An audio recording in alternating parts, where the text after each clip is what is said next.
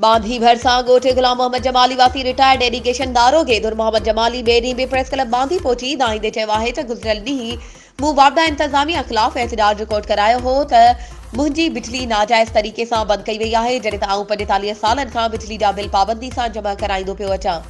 पर उन जे बावजूद बि 2 महीननि खां उदाही में रहण ते मजबूर आहियां। हुन वधीक चयो त गुज़िरियल ॾींहुं ख़बरूं हलण खां पोइ वापडा अमलदार नसीम मूं ते निबिड़जी पियो आहे जॾहिं त लाइनमैन रजब अली ख़ासखेली